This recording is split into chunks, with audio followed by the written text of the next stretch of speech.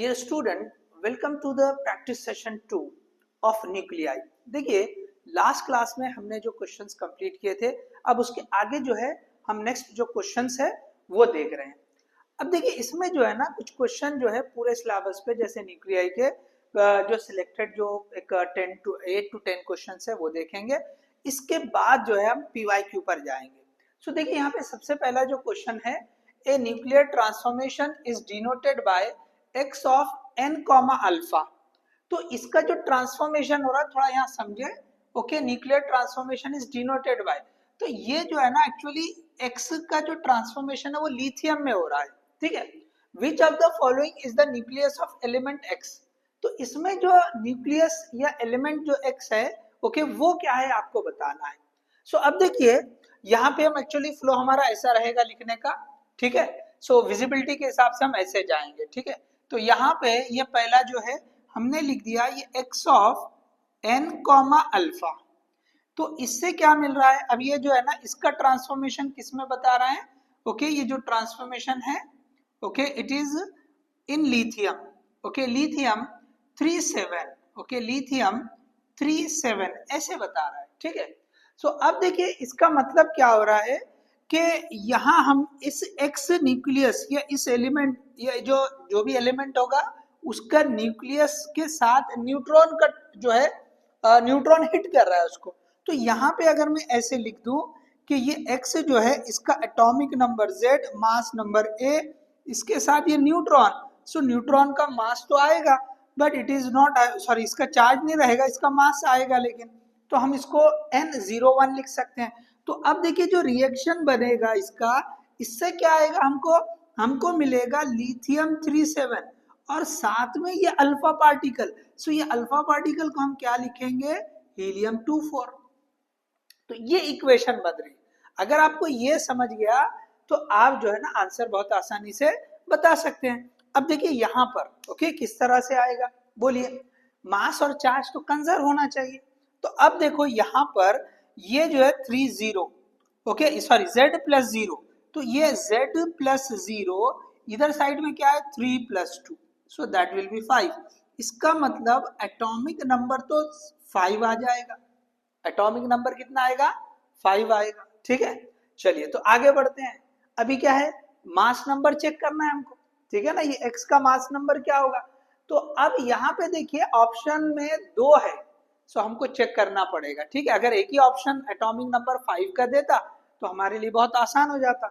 अच्छा चलो हम मास नंबर के लिए देखेंगे। तो ये ऊपर की तरफ, तो ये एक तो इससे मिल गया, दूसरा ये a+1, a+1 is equal to यहाँ कितना 7 और ये 4 है, so that is 11। So a is equal to 11 minus 1, so that will be 10।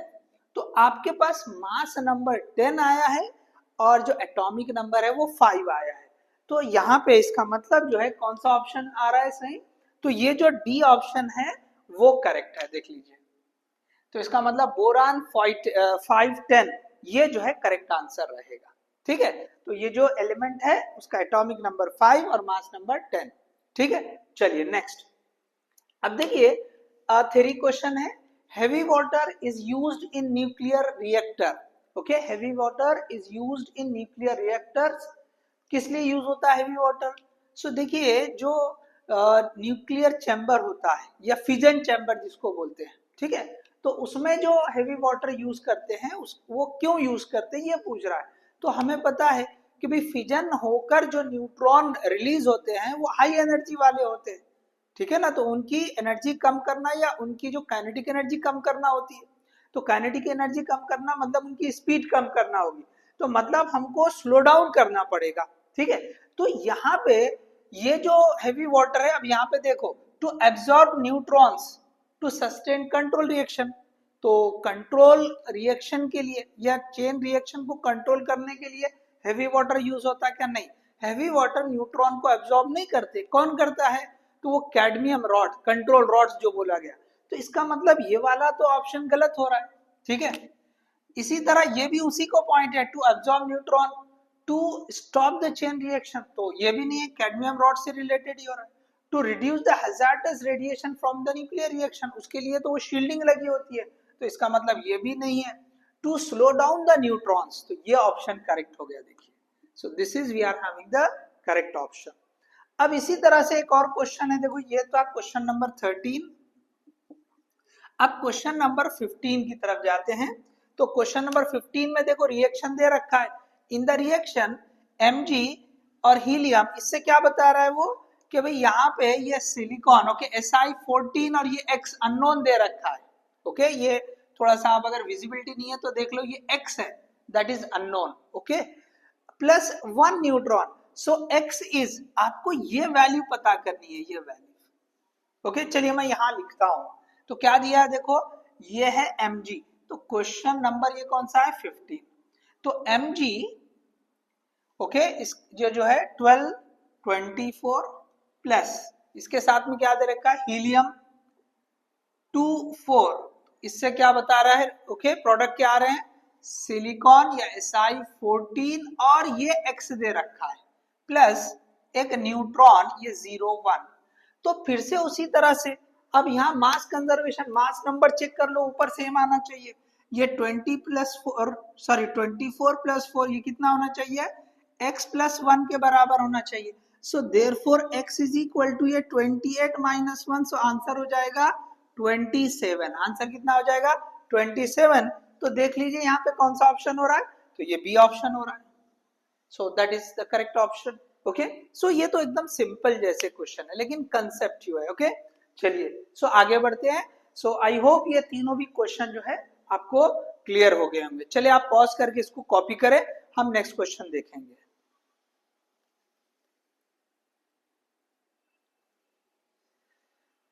Okay, चलिए आपने कॉपी कर लिया है, सो इसको हम रब कर देंगे। आगे बढ़ते हैं, चलिए रब कर देंगे इसको हम। सो क्वेश्चन दिया हुआ है, चलिए क्वेश्चन क्या है, the following fusion reaction takes place, okay. Fusion reaction दे दिया है जिसमें दो ड्यूटेरियम, देखो दो ड्यूटेरियम, ओके, H12 H12, इनसे क्या आ रहा है एक हीलियम आ रही है, लाइट जो हीलियम हो गए He23, और उसके साथ में एक न्यूट्रॉन और साथ में कुछ एनर्जी रिलीज हो रही है। तो इसका मतलब दो जो है ड्यूटेरियम के फ्यूजन से कितनी एनर्जी रिलीज हो रही है 3.27, ये बता दिया उसने। अब क्या बोला है कि इफ 2 kg ऑफ ड्यूटेरियम, अच्छा देखिए ये मैं थोड़ा सा ये रब कर देता हूँ, ये पिछले वाले क्वेश्चन के जो है मार्क्स हैं, चलिए हटा दिया। तो क्या दे रखा है, if 2 kg of deuterium is subjected to above reaction, the energy released is used to light a 100 watt lamp, how long will the lamp glow, okay, कितने टाइम ये ग्लो करेगा, ओके। सो अब देखिए यहाँ पर ये आपको टाइम दे रखा है कि कितने टाइम तक ये जो है ग्लो करेगा, ओके। सो अब देखिए यहाँ सबसे पहले ये जो मास दे रखा है 2 kg, तो इसको मोलार, ओके, मतलब कितने एटम्स हो रहे हैं पहले वो तो समझ में आ जाए। देखो दो एटम यहाँ पे हो रहे हैं, दो ड्यूटेरियम। सो दो ड्यूटेरियम मतलब इसमें ये इनका जो मास होगा कितना होगा, यस बताओ मोलार मास कितना होगा 2 ग्राम होगा, ठीक है ना। जो है ड्यूटेरियम जो मास होगा कितना हो जाएगा वो 2 ग्राम हो जाएगा, ठीक है। Number of atoms in 2 gram deuterium, okay, number of atoms in 2 gram of in 2 gram, चले तो ये जो 2 ग्राम है, okay, it is the molar mass, ठीक है ना। ये जो है इसका मोलार मास हो जा रहा है ड्यूटेरियम का, ओके। तो अब यहाँ पे ये आपको समझ में आना चाहिए कि deuterium, molar mass of deuterium, okay, molar mass of deuterium is 2 ग्राम। तो यहाँ पे एवोगाड्रो नंबर के बराबर हो गए 6.023 इंटू 10 की पावर 23 एटम्स, ओके, इतने आएंगे, ओके, इतने आएंगे, ओके। चलिए सो लिखे आप ये, okay. So number of atoms हमने लिख दिया है, 2 ग्राम्स में कितने होते हैं मोलार मास के हिसाब से, ठीक है। अब देखिए यहाँ पे कितना दिया है उसने 2 kg, सो 2 ग्राम को 2 kg मतलब 1000 से मल्टीप्लाई करेंगे, तो 2 ग्राम्स में अगर इतने हैं, ओके, इन 2 ग्राम्स 6.023 इंटू 10 की पावर 23 एटम्स, सो इन 2 kg, इन 2 kg कितने होंगे, तो हम यहां लिख देंगे इन 2 kg, okay, in 2 kg, okay, so number of in 2 kg number of atoms, ऐसे लिखते हैं, तो कितना हो जाएगा, ये जो है ये दोनों का मल्टीप्लीकेशन हो जाएगा, 2 इंटू के जी को 10 की पावर 3 लिखो इंटू 6.023 इंटू 10 की पावर 23 डिवाइड बाई ये 2 नीचे आ जाएगा, तो ये 2 कैंसल, सिंपली हमारा आंसर रहेगा 6.023 इंटू 10 की पावर 26, इतने एटम्स, ओके, इतने एटम्स जो है रहेंगे। तो अब देखो दो जो है ड्यूटेरियम की वजह से जो एनर्जी रिलीज हो रही है, okay, energy released, okay, energy released, energy released, okay, due to deuterium, okay, this is equal to 3.27 MeV। So अब 1 की वजह से देख लो, so due to 1 deuterium is equal to 3.27 divide by 2 MeV, okay, सो ये लगभग जो है हो जाएगी 1.635, कितनी हो जाएगी 1.635 MeV हो जाएगी, ओके, सो 3.28 होता तो 1.64 हो जाता था, ठीक है ना, तो यहाँ पे लगभग 1.635, ठीक है, इतनी MeV एक ड्यूटेरियम, तो हमारे पास कितने हैं, so we are having this much, so total, so energy released,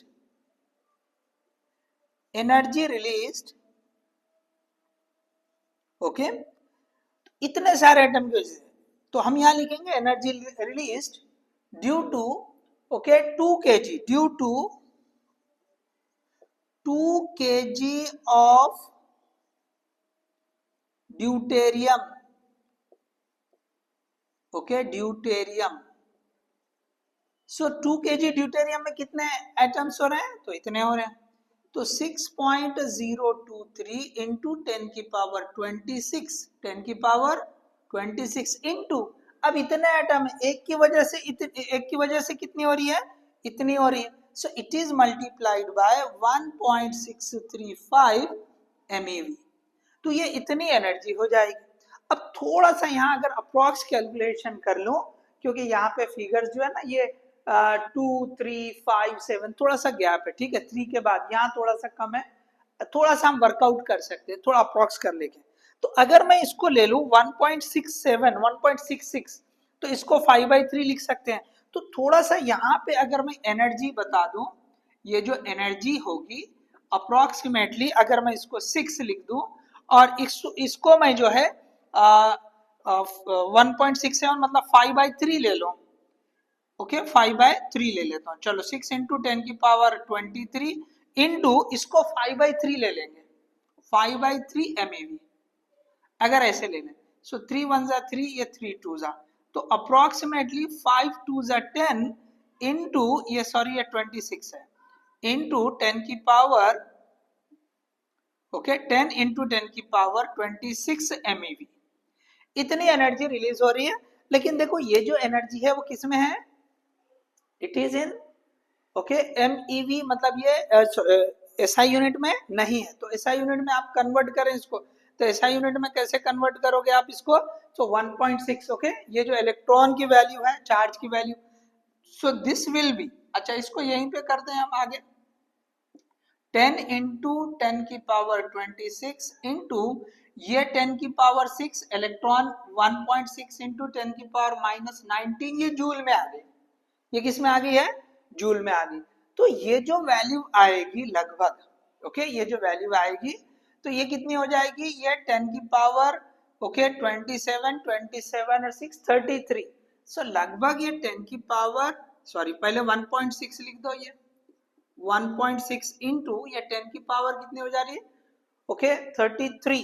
सो 33 मतलब ये -19, सो आपको मिलेगा ये 10 की पावर 14, कितना हो जाएगा 10 की पावर 14 हो जाएगा, ठीक है। So this will be the answer, okay हमारे लिए जो है वो जूल, ओके। सो इतना जो है हमारे पास आंसर रहेगा इसका, ओके 1.6 इंटू 10 की पावर ओके 14। चलिए सो ये हमारे पास आ गया आंसर, ठीक है।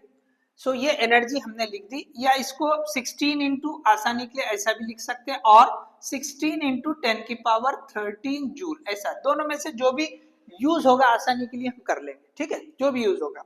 तो इतनी एनर्जी आ गई, लेकिन पूछा है टाइम, यहाँ पे देखो पावर दे रखा है।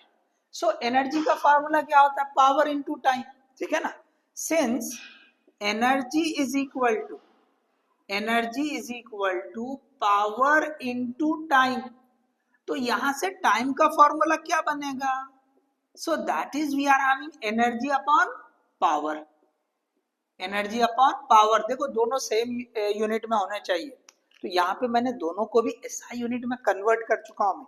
ये एमईवी में था तो इसको मैंने जूल में कन्वर्ट कर दिया, यहाँ पे पावर ऑलरेडी वैट में है, दैट इज एसआई यूनिट। तो अगर मैं यहाँ पे इसको ऐसे लिख दूं 16 इंटू 10 की पावर 13 डिवाइड बाय ये जो पावर है, ओके ये जो पावर है, सो पावर हो जाएगी ये ओके कितना है, सॉरी 100 वाट है, सॉरी। सो 100 वाट, तो ये टाइम एसआई यूनिट में ही आएगा, सेकंड में आएगा, याद रखो। तो कितना हो गया ये बताओ, तो ये जो है 16 इंटू ये 10 की पावर -2 करके 10 की पावर ये 11 सेकेंड हो जाएगा। So this is we are having the time. लेकिन उसने पूछा है कि ईयर में, तो 1 सेकेंड किसके बराबर होता है, ये आपको क्लियर होना। चलो मैं यहाँ पे देखो, ये विजिबल है ना आपको, चलो मैं देखता हूँ कितना विजिबल है ये, यस विजिबल है वो। तो यहाँ पे इस बॉक्स में आप देख लो कि भाई 1 सेकेंड इज इक्वल टू, या 1 आवर ऐसे लिखता हूँ, 1 आवर, ये 1 आवर भी नहीं 1 ईयर लेना पड़ेगा, 1 ईयर। तो 1 ईयर मतलब 24 मंथ्स, सॉरी 12 मंथ्स, ठीक है ना, 24 1 डे मतलब 20, ये 12 मंथ्स। अब उसके बाद जो है ना मंथ्स में ओके अब हो जाएंगे 30 डेज, ठीक है। तो फिर ये 30 डेज इनटू हर दिन में ये जो है 24 घंटे, 24 घंटे ओके, हर घंटे में कितने सेकेंड्स, तो 60 इंटू 60, तो ये आप लिखोगे ओके 3600, ओके चले मैं चेक करता हूं ये पूरा आया है या नहीं। यस तो देखो एक साल में इतने सेकेंड्स हो गए, एक साल में जो है इतने जो है ये सेकेंड्स हो जाएंगे, ठीक है। तो ये आपको जो है डिवाइड करना पड़ेगा, ठीक है, इतना आपको लेना पड़ेगा, ओके। तो आप चाहे तो अच्छा ये काम करते हैं, ये ऐसे नहीं करेंगे, हम क्या करेंगे 365 डेज, ये थोड़ा आसान रह जाएगा, ठीक है ना, क्योंकि महीने सभी में 30 नहीं होते हैं ना, हर महीने में 30 डेज नहीं होते, तो हमें तो लेकिन ये पता है कि 365 डेज होते हैं एक साल में। सो 365 इंटू 24 इंटू 3600, तो ये एक साल में हो जाएंगे, इतने सेकेंड हो गए। चलिए मैं अच्छे से लिखता हूँ इसको, ये 365 इंटू ये 24 इंटू 3600 ये सेकेंड्स। तो आपको एक सेकेंड कितने साल के बराबर होगा, तो 1 सेकेंड इज इक्वल टू ये 1 डिवाइड बाई ये सारी चीजें डिवाइड में आएगी 365 ये 24 इंटू 3600 ये ईयर में आ जाएगी, ओके ये ईयर में आएगी। तो आपको ये सेकेंड हटा के ये सारी चीजें रखना है।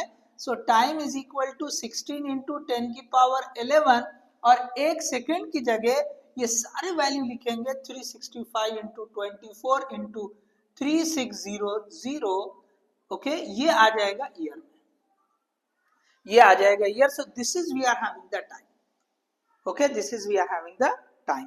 अब इसको थोड़ा सा अगर आप सिंप्लीफाई करेंगे, ओके सो सिंप्लीफाई करेंगे तो ये लगभग जो है 5 इंटू 10 की पावर 4, ओके आप इसको वर्कआउट करो।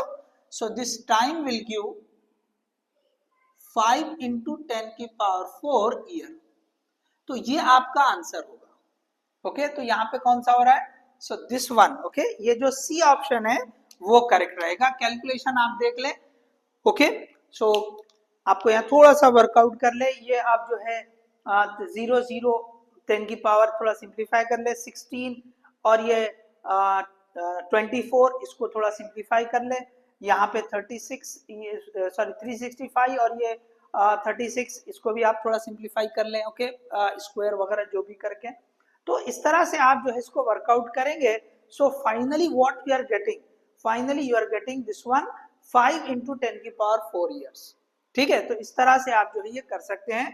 तो ये काफी लेंदी क्वेश्चन है, ठीक है ना। तो ये नीट के हिसाब से तो बिल्कुल सूट नहीं करता। हाँ, हो सकता है जो जेई वाले हो तो उनको थोड़ा टाइम, या जे एडवांस के लेवल पर, ओके, थोड़ा लेंदी क्वेश्चन है तो वो वहां पे हो सकता है। हाँ, इसमें क्या हो सकता है, देखो आप ये जो है ना, ये चीज भी अच्छे से याद रखो। ये नहीं, अगर क्वेश्चन आ रहा है तो फिर ये क्वेश्चन क्यों किए, इतना क्यों लेंदी, ओके, कुछ लोग दे देते हैं, तो ऐसा क्यों होता है, याद रखो। सबसे पहली चीज आपने ये सीखी, केमिस्ट्री में आप करते हो, मोलार मास का बहुत ज्यादा यूज करते हो, तो सबसे पहले आपने ये देख लिया कि हम किस तरह से मोलार मास का यूज करते हुए ये जो 2 kg एक पर्टिकुलर मास दे देगा, तो उसमें कितने एटम्स होंगे, ये इस तरह से हम कैलकुलेट किए। तो इतना ही क्वेश्चन पूछ सकता है, समझे, या इतने को डायरेक्टली दे देगा कि इतने इतने एटम्स है, मतलब ये वर्कआउट करने नहीं लगाएगा, ओके, आपको बोलेगा कि इतने जो है नंबर ऑफ एटम्स का फ्यूजन हो रहा है, ठीक है, और यहाँ पे इक्वेशन तो दे रखा रहेगा। तो ये काउंट ऑलरेडी आपको दिए भी रहेगी, चाहे ये एग्जैक्ट ये दे या कुछ और दे दे, जरूरी नहीं ये दे दे। भाई 2 kg ही ड्यूटेरियम देना जरूरी है क्या, नहीं, कुछ भी दे सकता है, कितनी भी दे देगा। तो वो ऐसा मास देने के बजाय ये वैल्यू देकर पूछ सकता है, ठीक है। तो उससे थोड़ा सा आसानी हो जाएगी। और ये जो है जरूरी नहीं है कि साल में ही पूछे, ठीक है ना, इतना लंबा जो है ये जो है, या इसको कैलकुलेट करके दे दें।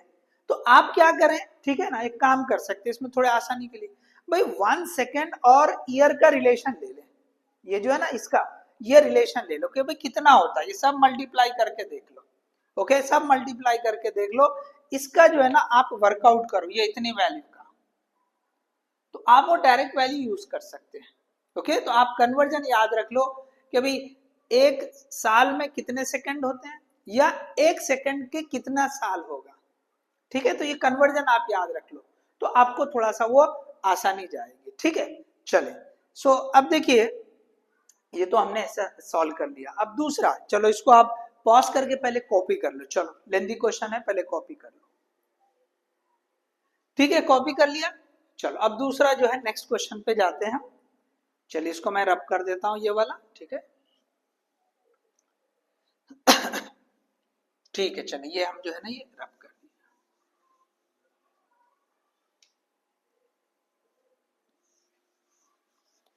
चलो तो नेक्स्ट क्या है क्वेश्चन। सो नेक्स्ट क्वेश्चन है 4 atoms of hydrogen combined to form, okay, helium 24 with release of energy, okay, कितनी एनर्जी रिलीज होगी ये पूछ रहा है, ओके, कितनी एनर्जी रिलीज होगी, ठीक है। अब देखिए अब यहाँ पे ये जो क्वेश्चन है, ओके, तो सिंपली ये तो फ्यूजन से रिलेटेड हो गया, ठीक है, ये किससे रिलेटेड है, ये तो जो है फ्यूजन से रिलेटेड है, ठीक है। तो क्वेश्चन में क्या दे रखा है, तो ये हमने जो है जैसे वर्कआउट किया था न्यूक्लियर फ्यूजन, तो वहां पे हमने जो है ना पढ़ा था कि जो एनर्जी फ्यूजन में रिलीज होती है 4 हाइड्रोजन एटम्स की वजह से, तो हमने पढ़ा था 26.7 MeV रिलीज होती है। कितनी एनर्जी रिलीज होती है, ये डायरेक्ट ऑप्शन, ओके, ये डायरेक्ट जो है ऑप्शन है। तो एनर्जी रिलीज यहाँ पे आप लिख सकते हैं, तो ये जो है energy released in energy released in fusion of 4 hydrogen 4H11, okay, 4H11। सो ये सिंपली याद रखने की है, ओके, इसके लिए कोई वर्कआउट फिर से आपको उतना करने की जरूरत नहीं है फ्यूजन का, आपको ये याद रखना है, ओके, रिमेंबर दिस, आपको ये वैल्यू याद रहना चाहिए। जैसे यूरेनियम के लिए पढ़ते हैं हम, एक फ्यूजन में कितनी एनर्जी रिलीज होती है, तो लगभग 200 MeV के आसपास। इसी तरह से एक फ्यूजन जो हो रहा है इनका 4 हाइड्रोजन एटम का, तो उससे कितनी एनर्जी रिलीज होगी, so it will be 26.7 MeV। तो ये डायरेक्ट क्वेश्चन है, ओके, डायरेक्ट क्वेश्चन। इसी तरह से दो ड्यूटेरियम है, तो अभी हमने पढ़ा दो ड्यूटेरियम, देखो ये वाला, तो इससे कितनी एनर्जी रिलीज हो रही है, 3.27 MeV। तो ये आपको जैसे एनसीईआरटी ने इक्वेशंस दे रखा है, तो वहां जो डायरेक्ट वैल्यू दे रखा है, तो आपको उसकी कैलकुलेशन नहीं करनी है, जो डायरेक्ट दे रखा है वो डायरेक्ट वैसे ही करनी है। तो ये याद रख लें आप कि भाई 26.7 जो है MeV इतनी एनर्जी रिलीज होती है, ओके। चलो तो हम आगे क्वेश्चन देखते हैं नेक्स्ट। चलिए, सो नेक्स्ट क्वेश्चन है, चलिए रब कर देता हूं मैं ये वाला सा।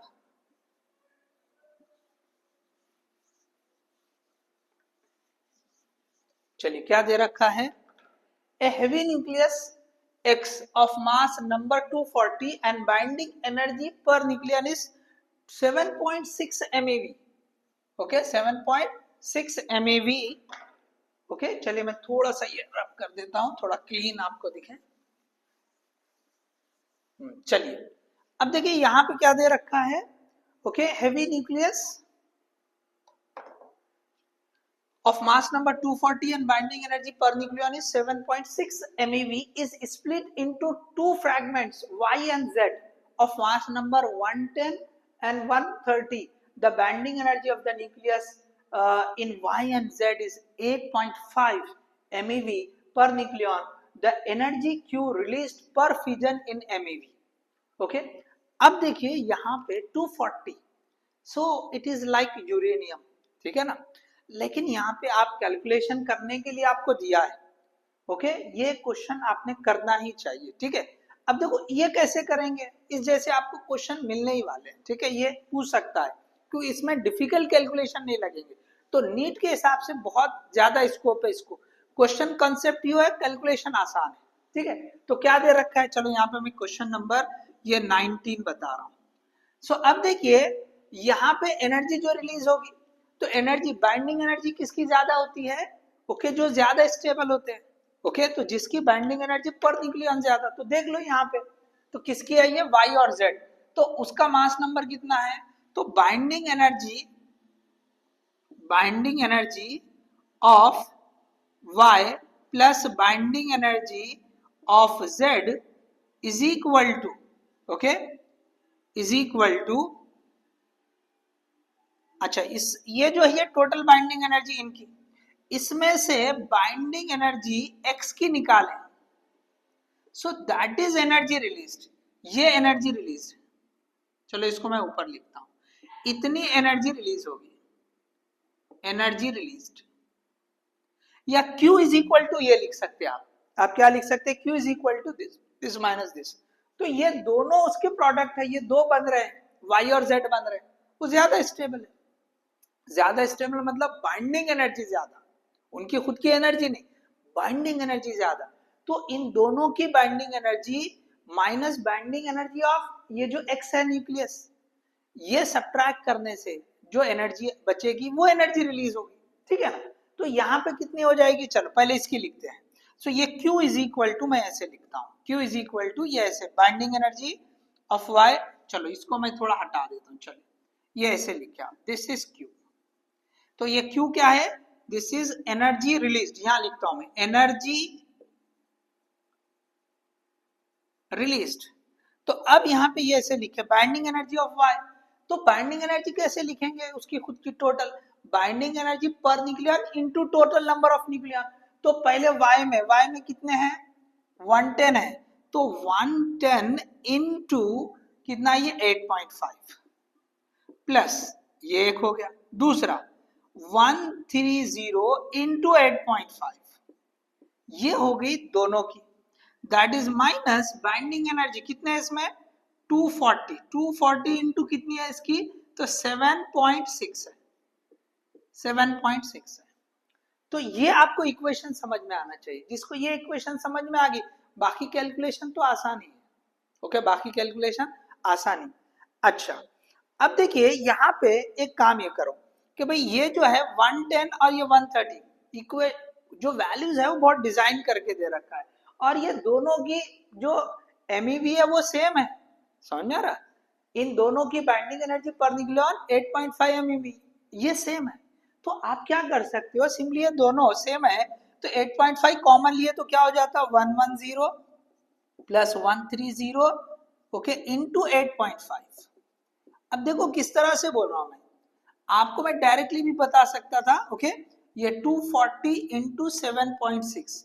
अब यहाँ पे सिर्फ देखो आप, ये 240 इंटू 8.5 और ये माइनस करके 240 इंटू 7.6, ओके 7.6।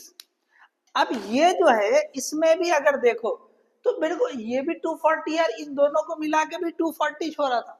तो आप सिंपली ये लिख सकते हैं कि भाई ये दोनों में भी 240 कॉमन है, तो ये 8.5 माइनस 7.6, ये स्टेप आप डायरेक्टली भी लिख सकते थे, टाइम बचा सकते थे।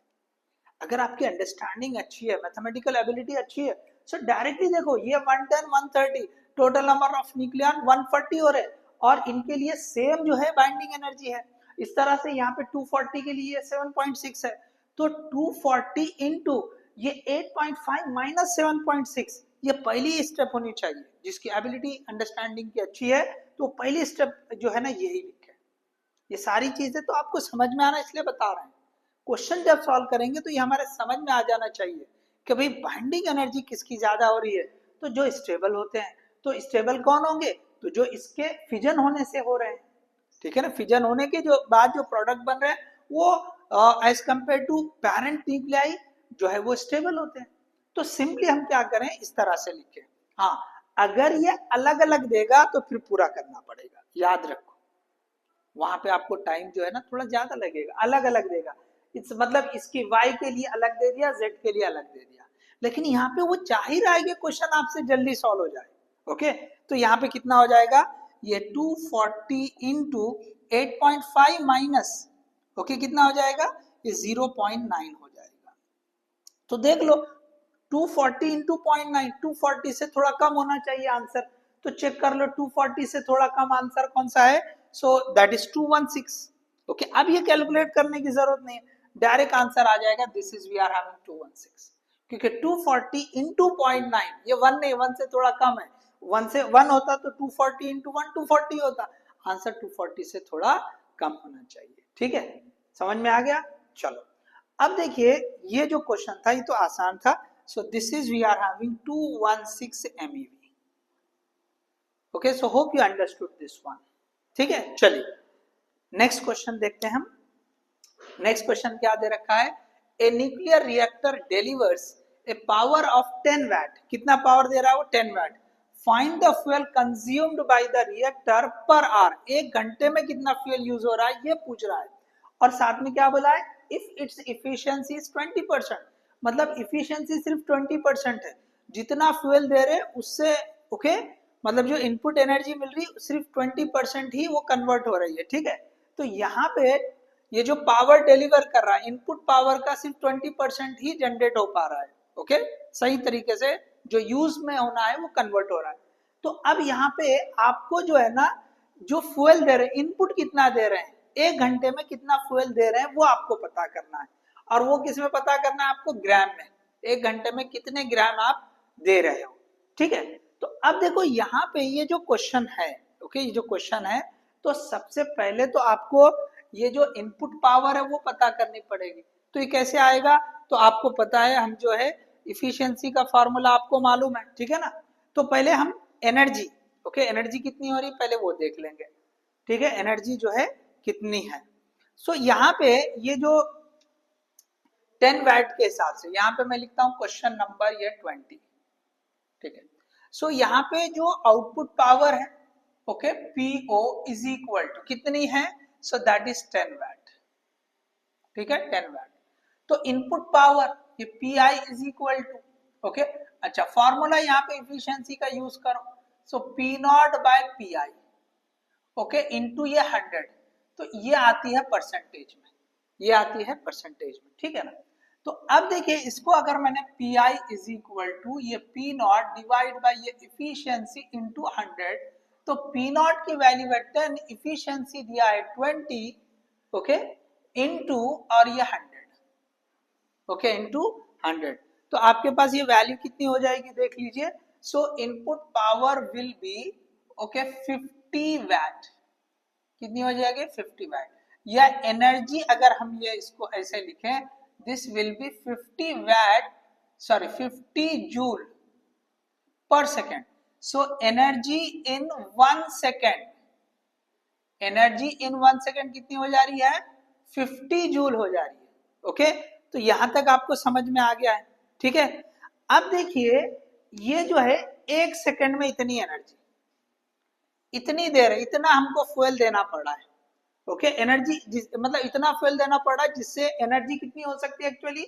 50 जूल पर सेकेंड हो सकती है 1 सेकेंड में, लेकिन हो कितनी रही है? सिंपली 10, ठीक है ना। 1 सेकेंड में 10 ही आ रही, मतलब जूल पर सेकेंड मतलब वो वैट हो रहा है।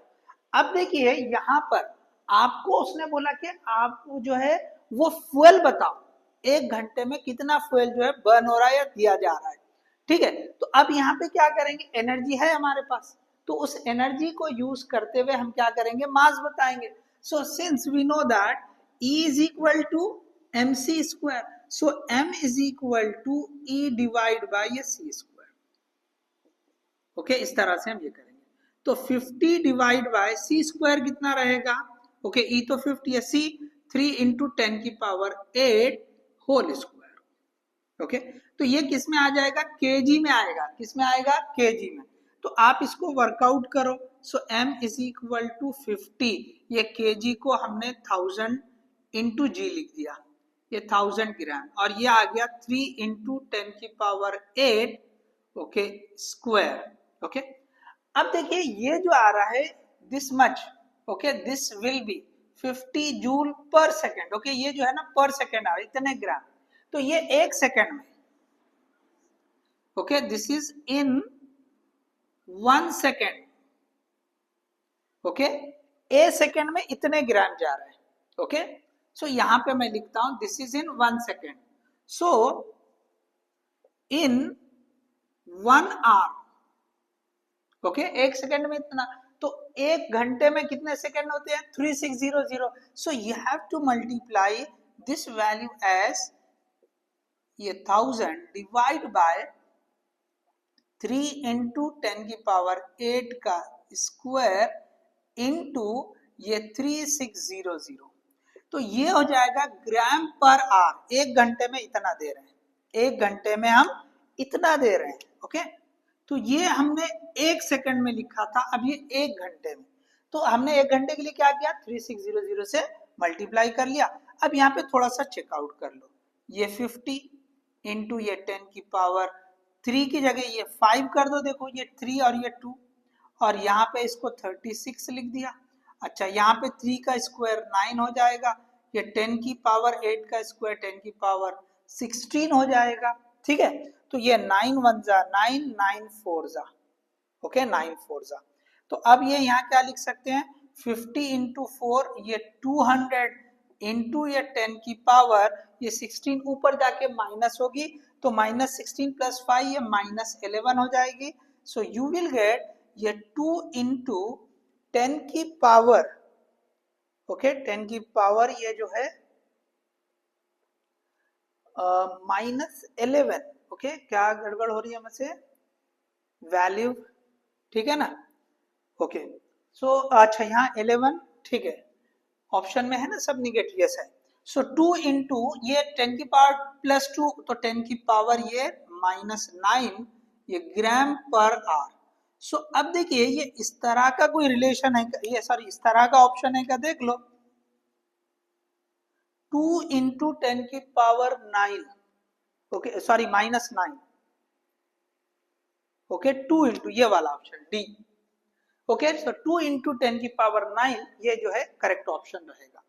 तो इस तरह से जो है हम वर्कआउट कर सकते हैं, तो चैलेंजिंग क्वेश्चन में दे सकता है, ओके, ये वाला क्वेश्चन, ओके। तो इसमें वर्कआउट ये जो कैलकुलेशन है वो कोई ज्यादा डिफिकल्ट नहीं है, सो इसकी पॉसिबिलिटी जो है ये बन सकती है, ठीक है। तो आप देख लीजिए क्वेश्चन भी, okay. So hope you understood this one. चलिए कॉपी कर ले, ठीक है। तो चलिए एक बार फिर से सुन ले कि भाई ये हमने क्या किया, आउटपुट पावर दे रखा है, ओके, ये आउटपुट पावर है, उससे इनपुट पावर, और पर सेकंड बोले तो वो एनर्जी हो जाए, सॉरी पर सेकंड ले रहे हैं, तो एक सेकंड में कितनी पावर दे रहे हैं, so that is we are having the energy, so energy in 1 second 50 joules आ गई थी।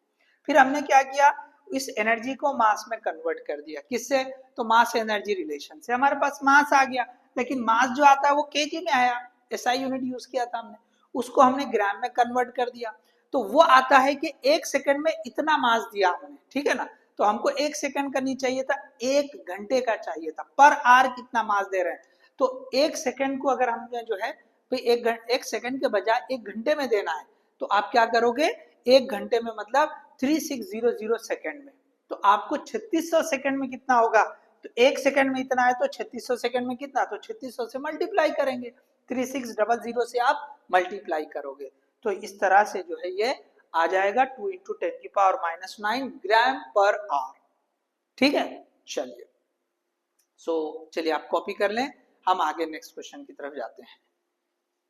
चलिए नेक्स्ट क्वेश्चन है, ओके, चलिए तो क्वेश्चन पहले ये रब कर देते हैं हम सारी चीजें, चलो ये रब कर देंगे। अब देखिए ये क्वेश्चन भी अभी हमने ये जो सॉल्व किया है इस जैसे में ही है, लगभग वैसा ही है, ओके, लगभग वैसा ही है, ओके। सो क्या दे रखा है, इन ए फिजन, तो यहाँ पे यूरेनियम का एग्जांपल दिया, तो यूरेनियम का तो एग्जांपल हमको आंसर ही याद रहना चाहिए, यूरेनियम में एक फिजन में कितनी एनर्जी रिलीज होती है, ओके। तो चलिए पहले क्वेश्चन पढ़ते हैं फिर मैं बताता हूँ। In a fission reaction uranium 92 236 XY, okay, ये दोनों भी दे दिया उसने, 117 साथ में 2 न्यूट्रॉन रिलीज हो गए हैं, okay. The binding energy per nucleon of X and Y is 8.5, whereas that of the uranium 92 236 is 7.6 MeV, the total energy liberated will be, तो देखो सिंपल, वैल्यू थोड़ा बहुत चेंज हो सकती है, ठीक है ना, माइनर चेंजेस आ सकते हैं, कभी आपको ये 200 दे सकता है, कहीं पे 216 आ सकते हैं, ठीक है ना, डिपेंड करेगा माइनर से चेंज, लेकिन हमें तो याद है हमने पढ़ा था अप्रोक्सीमेटली 216, ओके। जब भी ये जो है ना 236 की जगह 240 आता है तो वहां पे वैल्यू आती है 216, लेकिन यूरेनियम के लिए हमने पढ़ा था कि अप्रोक्सीमेटली 200 MeV रिलीज होती है, तो आप चाहे तो सेम ऐसे वर्कआउट कर लो, सेम वर्कआउट कर लो, चलो मैं लिख के बताता हूँ, अदरवाइज आंसर हमारा क्या रहेगा आपको भी मालूम है, बोलो, यस 200 MeV, यही ऑप्शन रहेगा।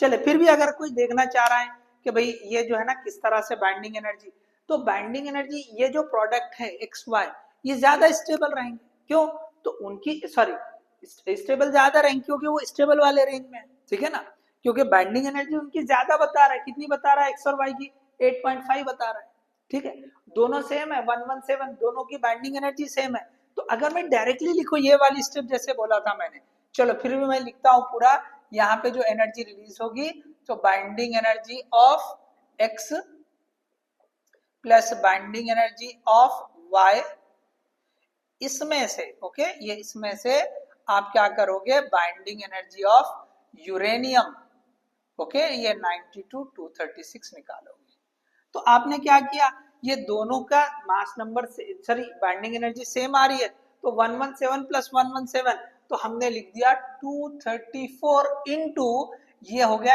8.5 माइनस ये एक हो गया, और ये हो गया 236 माइनस, ओके, ये कितना हो जा रहा है, ओके 7.6, तो अब इसको वर्कआउट कर लो, ठीक है, इसको वर्कआउट कर लो आप, तो ये कितना हो जाएगा, अब यहाँ पे क्या करो अप्रोक्सीमेट इसको भी 236 कंसीडर कर लो और वर्कआउट कर लो, तो आपको आंसर किसके करीब आएगा 200, तो यहाँ पे आप इसको वर्कआउट कर लो, इसको वर्कआउट कर लो, और अप्रोक्सीमेशन करना है तो मैं क्या बोला आपको, इसको भी 236 ले लो, चलो मैं अप्रोक्सीमेशन के साथ बोलता हूँ 236, तो ये 8.5 माइनस 7.6, तो ये हो जाएगा अप्रोक्सीमेटली 236 इंटू ये हो जाएगा 0.9, तो 236 से कम वैल्यू, सो यही एक वैल्यू है, लेकिन चाहिए किसमें, MeV में चाहिए, ओके, MeV में, तो ये आंसर ही सही होगा। तो ये तो सिंपल सा क्वेश्चन था, hope you understood this one,